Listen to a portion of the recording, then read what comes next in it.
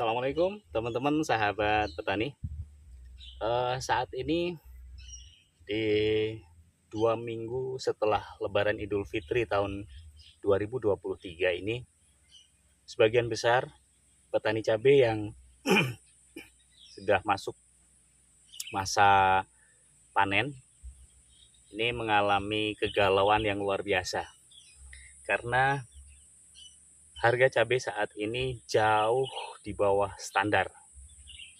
Untuk di daerah kami saja teman-teman, harga cabai merah hari ini berada di harga 11.000 per kilogram. Kemudian untuk cabai hijau itu hanya 5.000, dan untuk cabai rawit itu ada di kisaran harga 10.000. Dengan kondisi harga seperti itu teman-teman, ini tentu akan sangat berat buat teman-teman yang saat ini sedang berada pada masa panen.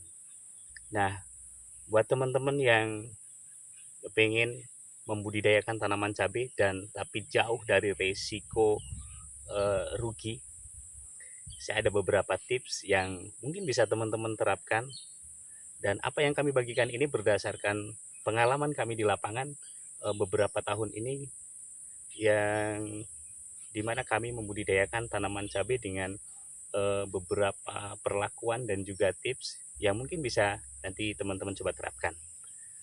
Dan yang menarik di sini teman-teman, bisa jadi kita akan bisa berada di posisi 0 rupiah modal dalam membudidayakan tanaman cabai. Bagaimana itu? Simak video ini sampai selesai. Oke teman-teman, setidaknya ada 4 hal atau 4 poin penting di sini yang bisa teman-teman coba terapkan dan teman-teman lakukan ya dalam membudidayakan tanaman cabai. Yang pertama, jangan melakukan budidaya tanaman cabai itu secara tunggal. Artinya di sini kita harus melakukan pola tumpang sari ya. Minimal kita menanam atau membudidayakan cabai itu dengan pola tumpang sari 2 in 1. Artinya satu tanaman pokok yaitu tanaman cabai dan satu tanaman tumpang sari, misalnya tomat. Atau teman-teman bisa melakukan pola tumpang sari 3 in 1, yakni satu tanaman pokok yaitu cabai dan 2 tanaman tumpang sari. Jenis tanaman tumpang sari itu sesuaikan saja dengan daerah teman-teman ya. Apa yang bisa ditanam untuk sebagai tanaman tumpang sari untuk tanaman cabai. Kalau kami di sini bisa melakukan tumpang sari dengan tomat, kemudian di luar mulsa seperti ini kita menanam sawi ya. Atau syukur-syukur kita bisa melakukan tumpang sari itu secara paralel, yang kami sudah pernah membuat review di video sebelumnya, yaitu pola tumpang sari paralel. Artinya di situ kita menanam cabai sebagai tanaman pokoknya, kemudian kita bisa menanam lebih dari 2 jenis tanaman tumpang sari secara bergantian. Untuk pola tumpang sari paralel yang pernah kami share di video sebelumnya, sebagai contoh yang kami terapkan di sini, ini adalah tanaman pokoknya yaitu cabai, kemudian tanaman tumpang sarinya adalah tomat di tiap-tiap lanjaran. Kemudian di luar mulsa ini kita masih tanam lagi dengan sawi. Ini masih ada tanaman sawinya, sisanya ya teman-teman. Nah, ketika tanaman sawi ini habis, kita langsung susul dengan tanaman kol. Dan ini teman-teman bisa lihat, kami sudah tanam lagi kol. Ya. Jadi ketika usia tanaman cabai ini kemarin di usia 1 bulan, itu kita sudah ada penghasilan dari tanaman sawi.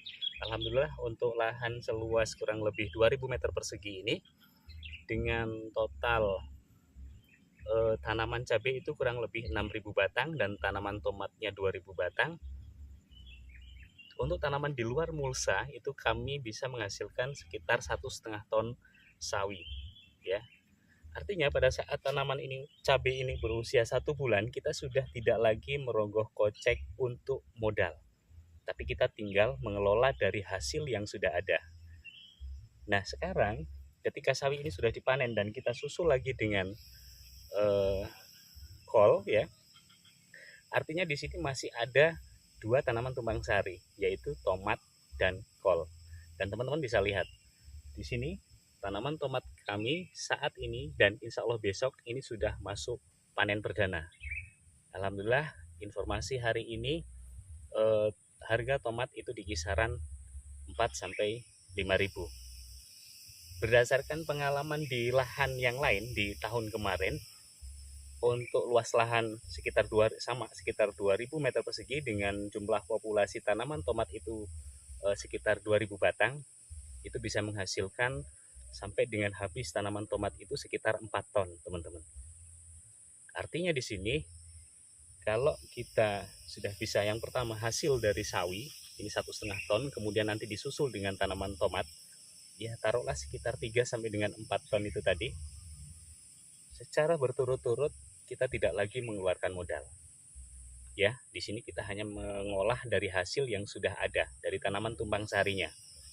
Nah, kalau saja dari tanaman tomat itu bisa menghasilkan sekitar 4 ton dengan harga ya taruhlah misalnya 5.000 tadi, ya maka di sini sudah ada potensi hasil 20 juta ya teman-teman ya. Kurang lebih 20 juta. Sedangkan kami menanam cabai di lahan seluas 2.000 meter persegi dengan populasi tanaman cabai sebanyak kurang lebih 6.000 batang ini. Saat ini kami hanya menghabiskan biaya kurang lebih 12 juta. Itu teman-teman. Nah, di sini kami masih ada cadangan tanaman tumpang sari tomat dan juga tanaman tumpang sari kol yang saat ini masih usia baru beberapa hari. Dan kemungkinan nanti panen kol ini berbarengan dengan awal panen cabai. Nah, jadi teman-teman, kalau kita beruntung pada saat pemanenan tanaman tumpang sari tomatnya itu bisa di kisaran harga 5.000, maka ini sudah bisa mengangkat seluruh modal dari tanaman cabai. Artinya ini yang saya katakan tadi kepada teman-teman. Kita bisa berada pada posisi nol modal, ya. Nah, jadi ini langkah pertama yang perlu kita lakukan, teman-teman.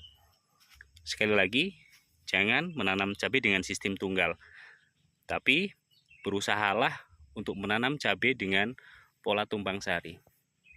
Tumpang sarinya apa? Disesuaikan dengan tanaman yang adaptif di daerah teman-teman. Kalaupun tidak bisa secara paralel, minimal kita melakukan tumpang sari 2-in-1. Itu ya teman-teman, itu yang pertama. Nah yang kedua teman-teman yang bisa kita lakukan adalah berusaha bagaimana agar kita bisa menekan modal. Salah satunya yakni dengan menerapkan penanaman dari benih turunan. Jadi di lahan ini teman-teman, ini kami menanam cabai dan juga tomat ini adalah dari benih turunan. Nah ini saya tunjukkan kepada teman-teman. Ini adalah tomat servo turunan. Jadi kalau kita menanam dari benih turunan, artinya di sini kita tidak perlu membeli bibit. Begitu juga dengan cabenya. Ini adalah jenis cabai kaliber turunan. Coba teman-teman bayangkan, kalau kita menanam seluas ini untuk benih tomatnya saja, sekarang benih tomat servo itu berada di kisaran harga 225.000 per bungkus. Sedangkan di sini kita mungkin memerlukan benih sekitar 2 bungkus. Sekitar 500.000 ya untuk membeli benih tomat. Belum benih cabenya. Tapi kalau kita di sini menanam benih turunan, maka kita sudah menghemat anggaran untuk pembelian benih. Dan mungkin ini bisa teman-teman coba terapkan. Walaupun memang ya teman-teman, untuk benih turunan tentu ada beberapa sisi kekurangannya, tetapi saya kira ini tidak terlalu signifikan ya teman-teman ya, kalau kita melihat hasil dari benih turunan saja bisa sebagus ini. Nah, ini saya tunjukkan lagi ke teman-teman benih turunan yang kami buat sendiri, tomat servo turunan dan juga cabai kaliber turunan.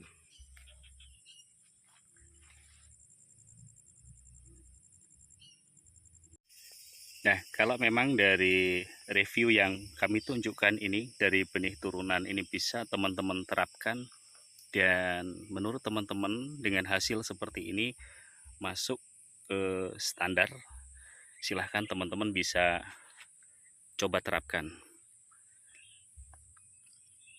Nah, ini ya teman-teman, tidak kalah dengan benih toko menurut kami. Ya, menurut kami tidak kalah dengan benih toko, walaupun memang beberapa orang berpendapat bahwa misalnya tomat turunan itu lebih enteng, kemudian tidak berisi, daging buahnya lebih tipis. Tapi saya kira ini lebih dari cukup ya, dan menurut saya ini sangat memuaskan. Dan yang pasti dengan cara ini kita bisa menekan modal walaupun tidak begitu signifikan ya teman-teman. Nah, hal yang ketiga yang perlu kita lakukan adalah lakukan pengobatan dan juga pemupukan pada tanaman cabai kita itu secara tepat guna dan tepat sasaran.